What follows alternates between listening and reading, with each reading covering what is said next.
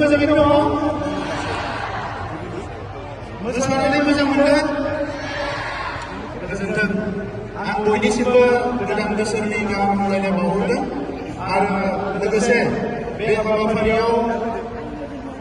गोसो गुदुङै बाहागो लाफैनायनि थाखाय साबायखर बावदों जों बेवहाय दैदेनगिरि हिसाबै आसामनि कालचार मिनिस्टार बिमल बर' बिथां दङ आरो गासैबो कालचार बिफाननि अफिसारफोर दङ बर' हारिमु आफाद बाथौ गौथुमनि दैदेनगिरिफोर बर' थुनलाइ आफाद बर' फरायसा आफाद आरो गोबां आफादफोरनि दैदेनगिरिफोरजों लोगोसे बर'नि हारिमुनि बिथिङाव गोलाव सम खामानि मावबोनाय जोंहा बालखाम्फाना चक्रधर नार्जारी आरो गोबां दैदेनगिरिफोर बेवहाय दङ गोबाव समनि मोनसे सिमांमोन जे बर' हारिमुखौ मुलुगनि दरबाराव गायसननो थाखाय बेबायदि मोनसे दिन्थिफुंनायनि 2020 मायथाइयावनो साननाय जादोंमोन नाथाय गुबुन जाहोनाव फैयै फैयै 2026 मायथाइयाव बे हाबाफारिया जाफुंसार महर मोननो थांगासिनो दङ आङो आसामनि चिफ मिनिस्टार बिथांखौ साबायखर बावो बे हाबाफारिखौ बयबो जाफुंसार होनायनि थाखाय भारतनि प्राइम मिनिस्टार बिथाङाबो नुजाफैगोन आरो जों बयबो हास्थायनाय बायदियैनो बर' हारिमुआ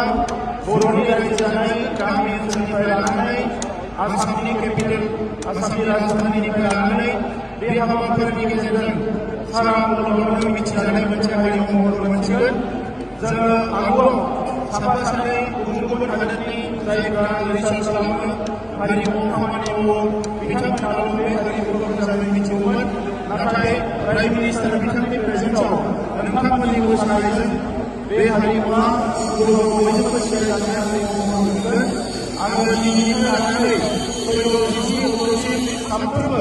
मोसागिरि दामगिरि आरो जोंहा दैदेनगिरि बयनिबो मोजां सावस्रि आरो मोजां देहानि थाखाय अबंलावरिनि खाथियाव आर'ज गाबदों आरो जोंनि बेसेबां समायना रमायना बयजोंबो अनजायनाय अनसायजानाय आरो नायनो मोजां बे बयनिख्रुइबो साबसिन हारिमुआ मुलुग दरबाराव मोजाङै गायसनजागोन आरो बेयो नोंथांमोना बे जायगायाव अराय सम साखि जानानै थासिगोन ओंखायनो आं बयनिसिमबो साबायखर बावो खेबसे बयबो बुंनो थाखाय खावलायबाय जय बर' हारिनि जय बर' हारिनि जय बर' हारिनि जय बागुरुम्बानि जय बर' हारिमुनि